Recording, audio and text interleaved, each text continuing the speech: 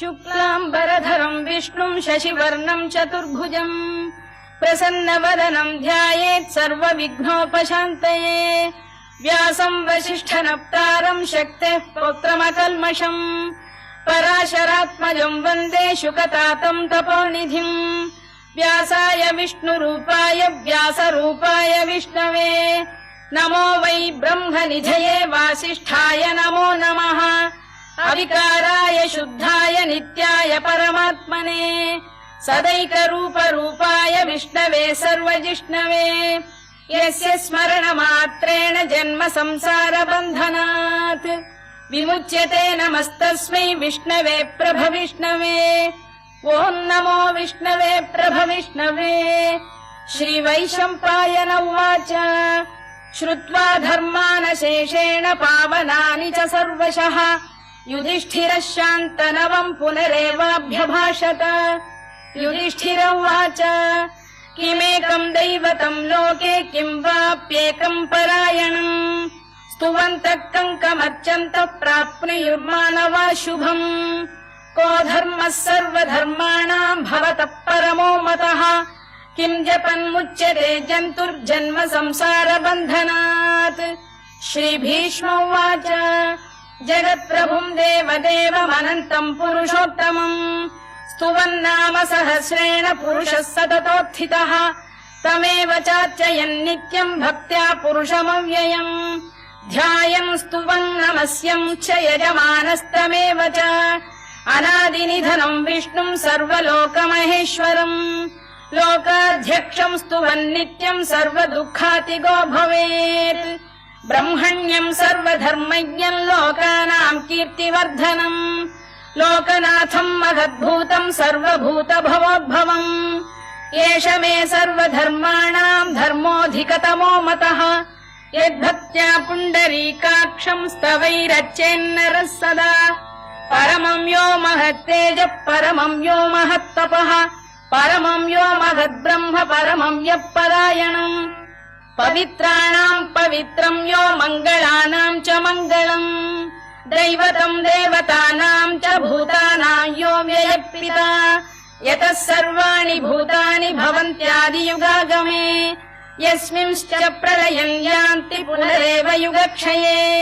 तस्य लोकप्रधानस्य जगन्नाथस्य भूपते विष्णोर्नाम सहस्रम् मे शृणु पापभयापहम् यानि नामानि गौणानि विख्यातानि महात्मनः ऋषिभिः परिगीतानि तानि वक्ष्यामि भूतये ऋषिर्नाम्नाम् सहस्रस्य वेदव्यासो महामुनिः छन्दोऽनुष्टुप् तथा देवो भगवान् देवकीसुतः अमृतांशुद्भवो बीजम् शक्तिर्देवकी नन्दनः त्रिसामाहृदयम् तस्य शान्त्यर्थे विनियुज्यते विष्णुम् जिष्णुम् महाविष्णुम् प्रभविष्णुम् महेश्वरम् अनेकरूपदैत्यान्तम् नमामि पुरुषोत्तमम्। अस्य श्रीविष्णोर्दिव्यसहस्रनामस्तोत्रमहामन्त्रस्य श्रीवेदव्यासो भगवान् ऋषिः अनुष्टुप्छन्दः श्रीमहाविष्णुः परमात्मा श्रीमन्नारायणो देवता अमृतांशुद्भवो भानुरिति बीजम् देवकी नन्दन श्रेष्ठेति शक्तिः उद्भवः क्षोभणो देव इति परमो मन्त्रः शङ्खबृन्नन्दकी चक्रीति कीलकम् शार्ङ्गधन्वा गदाधर इत्यस्त्रम् रथाङ्गपाणिरक्षोभ्य इति नेत्रम् त्रिसामासामरः सामेति कवचम् आनन्दम् परब्रह्मेति योनिः ऋतुः सुदर्शनकाल इति दिग्बन्धः श्रीविश्वरूप इति ध्यानम् श्रीमहाविष्णुप्रीत्यर्थे सहस्रनाम जपे विनियोगः ध्यानम् क्षीरोदन्वत्प्रदेशे शुचिमणिविलसत्सैकते मौक्तिकानाम् माला क्लुप्तासनस्थस्फटिकमणिनिभैर्मौक्तिकैर्मण्डिताङ्गः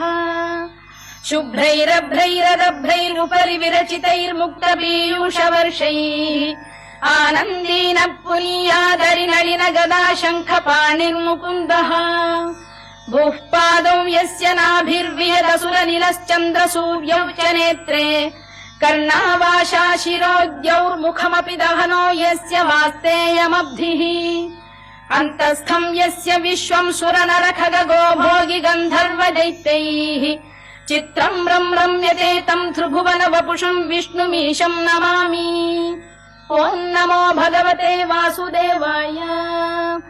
शान्ताकारम् भुजगशयनम् पद्मनाभम् सुरेशम् विश्वाधारम् गगनसदृशम् मेघवर्णम् शुभाङ्गम् लक्ष्मीकान्तम् कमलनयनम् योगिहृध्यानगम्यम् वन्दे विष्णुम् भवभयहरम् सर्वलोकैकनाथम् मेघश्यामम् पीतकौशेयवासम् श्रीवत्साङ्कम् कौस्तुभोद्भासिताङ्गम् पुण्योपेतम् पुण्डरीकायताक्षम् विष्णुम् वन्दे सर्वलोकैकनाथम्। नमः समस्तभूतानामादिभूताय भूभृते अनेकरूपरूपाय विष्णवे प्रभविष्णवे सशङ्खचक्रम् सकिरीटकुण्डलम् सपीतवस्त्रम् सरसीरुभेक्षणम् सहारवक्षस्थलशोभिकौस्तुभम् नमामि विष्णुम् शिरसा चतुर्भुजम् छायायाम् पारिजातस्य हेमसिंहासनोपरि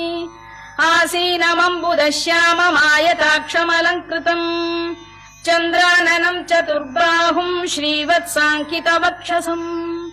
रुक्मिणी सत्यभामाभ्याम् सहितम् कृष्णमाश्रये।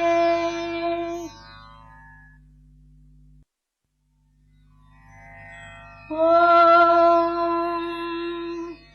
विश्वम् विष्णुर्वषत्कारो भूतभव्य भवत्प्रभुः भूतकृद्भूतभृद्भावो भूतात्मा भूतभावनः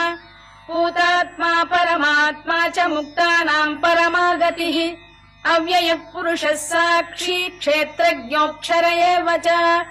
योगो योगविदाम् नेता प्रधानपुरुषेश्वरः नारसिंहवपुः श्रीमान् केशवः पुरुषोत्तमः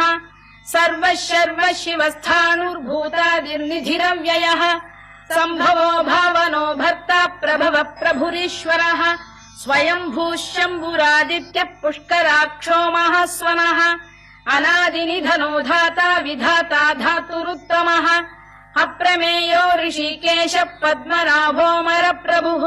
विश्वकर्मा मनुस्त्वष्टा स्थविष्ठस्थविरो ध्रुवः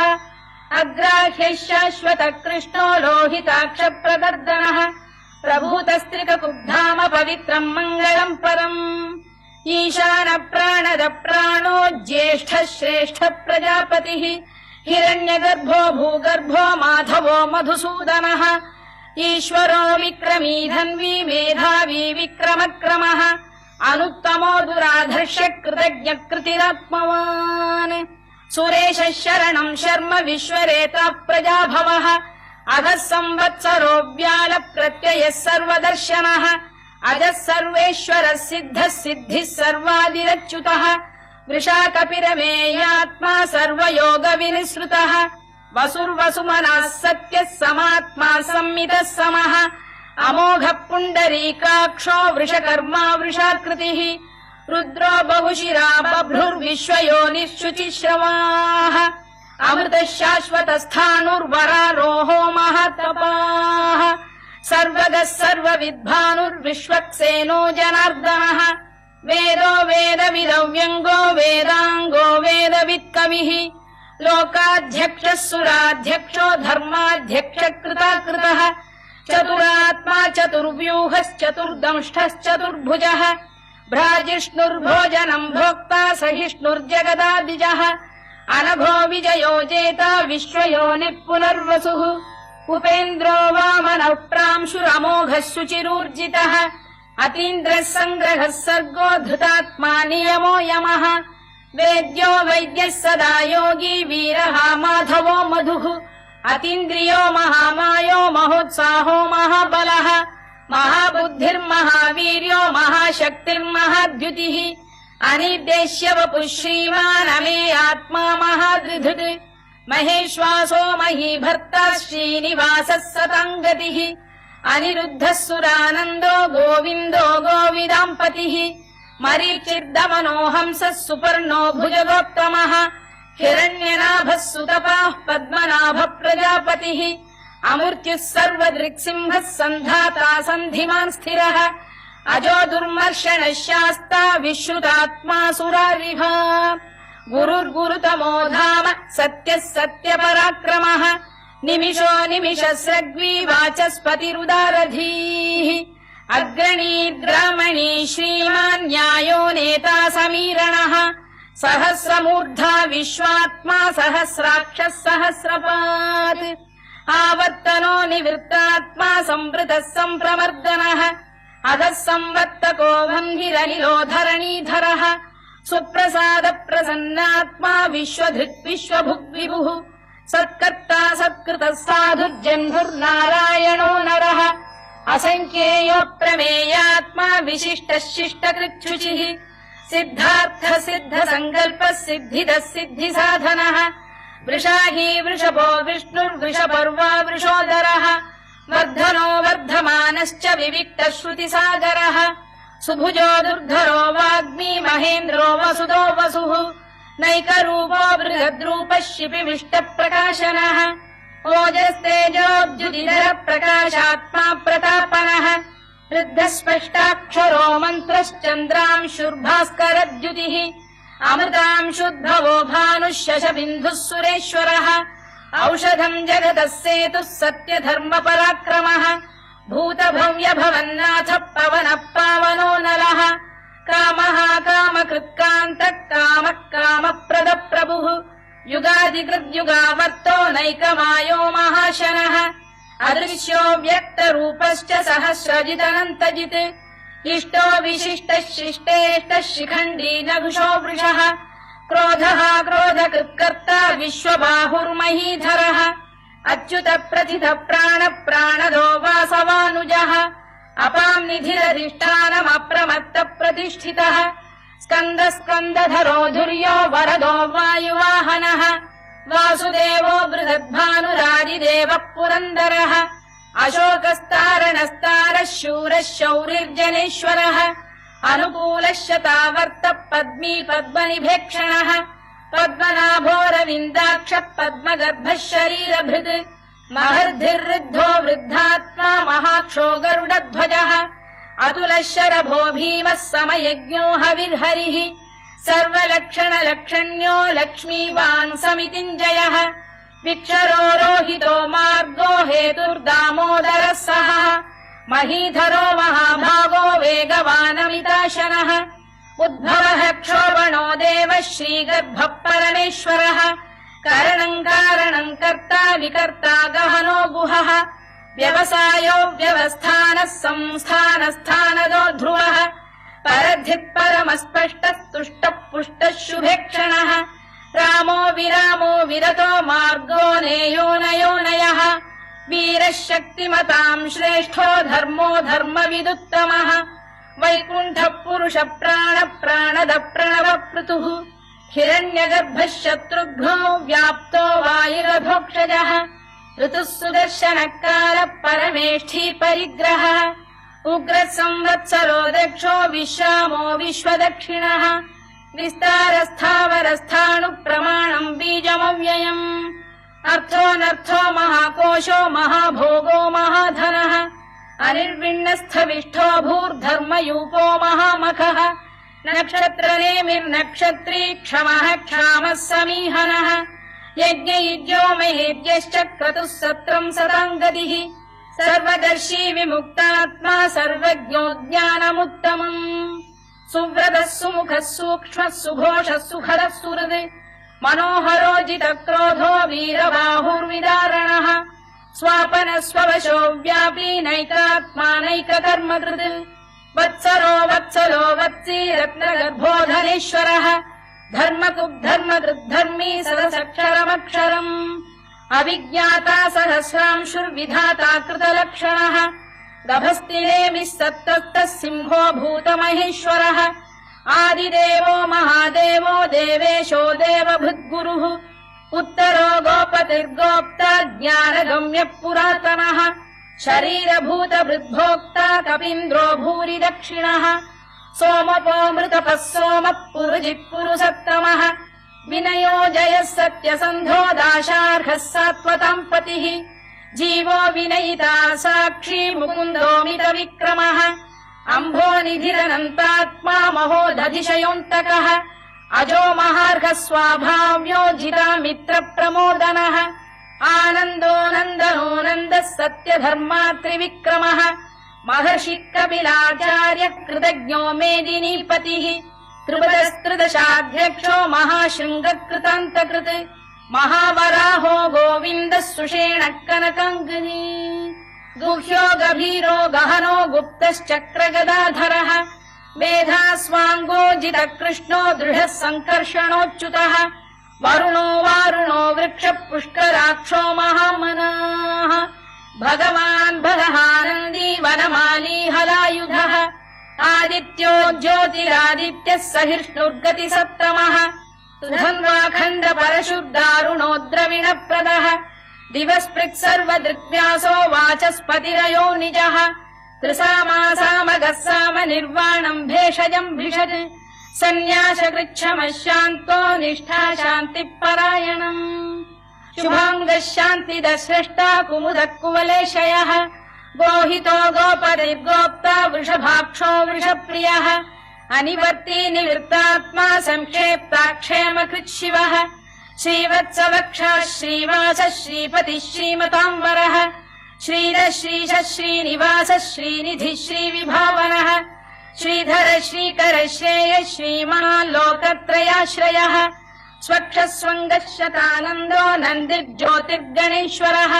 विजितात्मा विधेयात्मा सत्कीर्तिश्छिन्न संशयः उदीर्णः सर्वतश्चक्षुरनीशः शाश्वतः स्थिरः भूषयो भूषणो भूतिर्विशोकः शोकनाशनः अर्चिष्मानर्चितः कुम्भो विशुद्धात्मा विशोधनः अनिरुद्धो प्रतिरथ प्रद्युम्नोमित विक्रमः कालनेमिनिः वीरः शौरिः शूरजनेश्वरः त्रिलोकात्मा त्रिलोकेशः केशवः केशिहा हरिः कामदेवः कामपालः कामी कान्तकृतागमः अनिर्देश्य वपुर्विष्णुर्वीरोऽनन्तो धनञ्जयः ब्रह्मण्यो ब्रह्मकृद्ब्रह्मा ब्रह्म ब्रह्म विवर्धनः ब्रह्म विब्राह्मणो ब्रह्मी ब्रह्मज्ञो ब्राह्मणप्रियः महाकमो महाकर्मा महातेजा महोरगः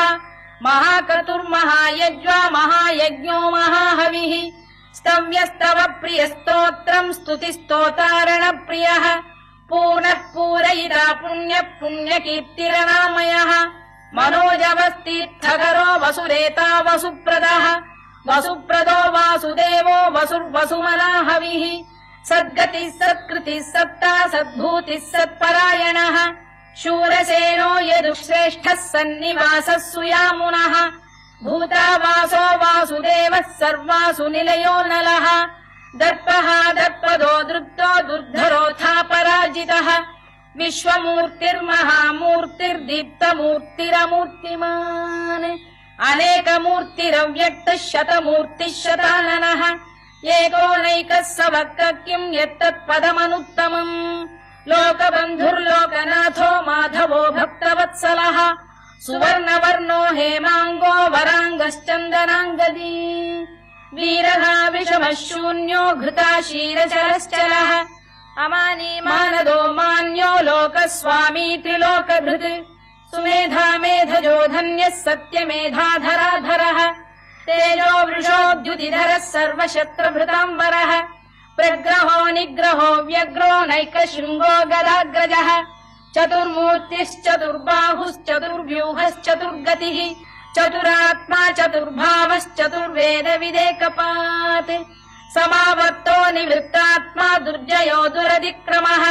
दुर्लभो दुर्गमो दुर्गो दुरावासो दुरारिः शुभाङ्गो लोकसारङ्गः सुतन्तु स्तन्तु वर्धनः इन्द्रकर्मा महाकर्मा कृतकर्मा कृतागमः उद्भवः सुन्दरः सुन्दो रत्ननाभः सुलोचनः अर्को वाजसनः शृङ्गी जयन्तः सर्वविजयी सुवर्णबिन्दुरक्षोभ्यः सर्ववागीश्वरेश्वरः महाह्रदो महागर्तो महाभूतो महानिधिः कुमुद कुन्दर कुन्द पर्जन्यः पावनो निलः अमृताशोऽमृतवपुः सर्वज्ञः सर्वतोमुखः सुलभः सुव्रतः सिद्धः शत्रुजिच्छत्रुतापनः न्यग्रोधोदुम्बरोश्चतश्चाणूरान्ध्रैषूदनः सहस्रार्चिः सप्तजिह्वः सप्तैधाः सप्तवाहनः अमूर्तिरनघोचिन्त्यो भयगृद्भयनाशनः अणुबृहत्कृशस्थूलो गुणभिर्निर्गुणो महान् अधृतस्वभृतस्वास्य प्राग्वंशो वंशवर्धनः भारभृत्कथितो योगी योगीशः सर्वकामदः आश्रमश्रमणः क्षामः सुपर्णो वायुवाहनः धनुर्धरो धनुर्वेदो दण्डो दमयिता दमः अपराजितः सर्वसहो नियन्ता नियमो यमः सत्त्ववान् सात्विकः सत्यः सत्यधर्मपरायणः अभिप्रायप्रियार्होरः प्रियकृत्प्रीतिवर्धनः विहाय सगतिर्ज्योतिः सुरुचिर्कुतभुग्विभुः रविर्विरोचनः सूर्यः सवितारविलोचनः अनन्तो हुतभुग्भोक्ता सुखदो नैकजोऽग्रजः अनिर्विण्णः सदामर्षी लोकाधिष्ठानमद्भुतः सनात्सनातनतमः कपिलः कपिरव्ययः स्वस्तिदः स्वस्तिकृत् स्वस्ति स्वस्ति भुक् स्वस्ति दक्षिणः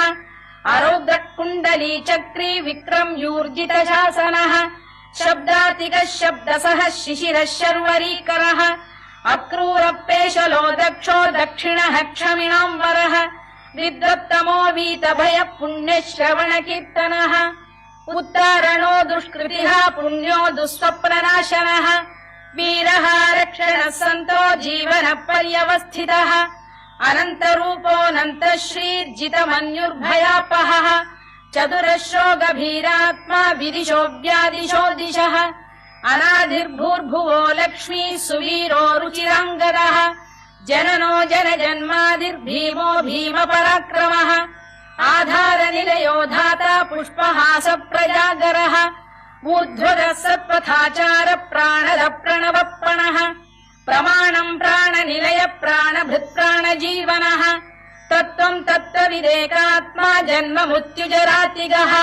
भूर्भुवः स्वस्तरुस्तारः सविता प्रपितामहः यज्ञो यज्ञपतिर्यज्वा यज्ञाङ्गो यज्ञवाहनः यज्ञभृद्यज्ञकृद्यज्ञी यज्ञभुग्यज्ञसाधनः यज्ञान्तकृद्यज्ञगुह्यमन्नमन्नाद एव च आत्मयोनिः स्वयम् जातो वैखानः सामगायनः देवकीनन्दनः स्रष्टा क्षितीशः पापनाशनः शङ्खबृन्नन्दकी चक्री शार्ङ्गधन्वा गदाधरः तथाङ्गपाणिरक्षोभ्यः सर्वप्रहरणायुधः सर्वप्रहरणायुधवोन्नम इति वनमाली गरीशाङ्गी शङ्खी चक्री च नन्दकी श्रीमान्नारायणो विष्णुर्वासुदेवोऽभिरक्षतु वनमाली गरीशाङ्गी शङ्खी चक्री च नन्दकी श्रीमान्नारायणो विष्णुर्वासुदेवोऽभिरक्षतु वनमाली गरीशाङ्गी शङ्खी चक्री च नन्दकी श्रीमान्नारायणो विष्णुर्वासुदेवोऽभिरक्षतु इतीदम् कीर्तनीयस्य केशवस्य महात्मनः नाम्नाम् सहस्रम् दिव्यानामशेषेण प्रकीर्तितम् य इदम् शृणुयान् नित्यम् यश्चापि परिकीर्तयेत् नाशुभम् प्राप्नुयात् किञ्चित् सोमुत्रेह च मानवः वेदान्तको ब्राह्मणस्य क्षत्रियो विजयी भवेत् वैश्यो धनसमृद्धः स्यात् क्षुद्रः सुखमवाप्नुयात् धर्मार्थी प्राप्नुयात् धर्ममर्थार्थी चार्थमाप्नुयात् कामानवाप्नुयात् कामी प्रजार्थी चाप्नुयात् प्रजाम् भक्तिमान् यः सदोत्थाय शुचिस्तद्गतमानसः सहस्रम् वासुदेवस्य नाम्नामेतत् प्रकीर्तयेत् यशः प्राप्नोति विपुलम् याति प्राधान्यमेव च अचलाम् श्रियमाप्नोति श्रेयः प्राप्नोत्यनुत्तमम् न भयम् क्वचिदाप्नोति वीर्यम् तेजश्च विन्दति भवत्यरोगोद्युतिमान् बलरूपगुणान्वितः रोगार्तो मुच्यते रोगात् बद्धो मुच्येत बन्धनात् भयान्मुच्येत भीतस्तु मुच्येतापन्न आपदः दुर्गाण्यतितरत्याशु पुरुषः पुरुषोत्तमम् सुवन्नाम सहस्रेण नित्यम् भक्तिसमन्वितः वासुदेवाश्रयो मर्त्यो वासुदेवपरायणः सर्वपापविशुद्धात्मा याति ब्रह्म सनातनम् न वासुदेव भक्तानामशुभम् विद्यते क्वचित् जन्म मृत्युजरा व्याधि भयम् नैवोपजायते इमं स्तवमधीयानः श्रद्धा भक्ति समन्वितः युज्येतात्मसुखक्षान्ति श्रीधृति स्मृति कीर्तिभिः न क्रोधो न च मात्सर्यम् न लोभो न शुभामतिः भवन्ति कृतपुण्यानाम् भक्तानाम् पुरुषोत्तमे द्यौः स चन्द्रार्कनक्षत्राखम् दिशो भूर्महो दधिः वासुदेवस्य वीर्येण विधृतानि महात्मनः ससुरासुरगन्धर्वम् स यक्षोरगराक्षसम् जगत्वशे वर्ततेदम् कृष्णस्य सचराचरम् इन्द्रियाणि मनो बुद्धिः सत्त्वम् तेजो बलम् धृतिः वासुदेवात्मकान्याहुः क्षेत्रम् क्षेत्रज्ञ एव च सर्वागमानामाचार प्रथमम् परिकल्पते आचार प्रभवो धर्मो धर्मस्य प्रभुरच्युतः ऋषयः पितरो देवा महाभूतानि धातवः जङ्गमा जङ्गमम् चेदम् जगन्नारायणोद्भवम् योगो ज्ञानम् तथा साङ्ख्यम् विद्या शिल्पादिकर्म च वेदाः शास्त्राणि विज्ञानमेतत् सर्वम् जनार्दनात् एको विष्णुर्महद्भूतम् पृथग्भूतान्यनेकशः त्रीन् लोकान् व्याप्य भूतात्मा भुङ्क्ते विश्वभुवव्ययः इमम् स्तवम् भगवतो विष्णोर्व्यासेन कीर्तितम् पठेद्य इच्छेत् पुरुषः श्रेयत् प्राप्तुम् सुखानि च विश्वेश्वरमजम् देवम् जगतः प्रभुमव्ययम् भजन्ति ये पुष्कराक्षम् न ते यान्ति पराभवम् ओन्नम इति अर्जुनोवाच पद्मपत्र विशालाक्ष पद्मनाभसुरोत्तम भक्तानामनुरक्तानाम् त्राता भव जनार्दन श्रीभगवानुवाच यो माम् नाम सहस्रेण स्तोतुमिच्छति पाण्डव सोऽहमेकेन श्लोकेन स्तुत एव न संशयोन्नम इति व्यासोवाच वासनाद् वासुदेवस्य वासितम् भुवनत्रयम् सर्वभूतनिवासोऽसि वासुदेव नमोऽस्तु ते ओन्नम इति पार्वत्युवाच केनोपायेन लघुना विष्णोर्नाम सहस्रकम् पठ्यते पण्डितैर्नित्यम् श्रोतुमिच्छाम्यहम् प्रभो ईश्वरोवाच श्रीराम राम रामेति रमे रामे मनोरमे सहस्रनाम तत्तुल्यम् राम नाम वरानने श्रीराम राम रामेति रमे रामे मनोरमे सहस्रनाम तत्तुल्यम् राम नाम वरानने श्रीराम राम रामेति रमे रामे मनोरमे सहस्रनाम तत्तुल्यम् राम नाम वरानने राम नाम वराननमोन्नम इति ब्रह्मोवाच नमोऽस्त्वनन्ताय सहस्रमूर्तये सहस्रपादाक्षि शिरोरुबाहवे सहस्रनाम्ने पुरुषाय शाश्वते सहस्रकोटियुगधारिणे नमः सहस्रकोटियुगधारिणे ओन्नम इति सञ्जय उवाच यत्र योगेश्वर कृष्णो यत्र पार्थो धनुर्धरः तत्र श्रीविजयो भूतिर्ध्रुवानीतिर्मतिर्मम श्रीभगवानुवाच अनन्याश्चिन्तयन्तो मां ये जनाः पर्युपासते तेषाम् नित्याभियुक्तानां योगक्षेमम् वहाम्यहम् परित्राणाय साधूनां विनाशाय च दुष्कृताम् धर्म संस्थापनार्थाय सम्भवामि युगे युगे आर्ता विषण्णाः शिथिलाश्च भीता घोरेषु च व्याधिषु वर्तमानाः संकीर्त्य नारायण शब्दमात्रम् विमुक्त दुःखाः सुखिनो भवन्तु कायेन वाचा मनसेन्द्रियैर्वा बुद्ध्यात्मना वा प्रकृते स्वभावात् करोमि यद्यत् सकलम् परस्मै नारायणायेति समर्पयामि।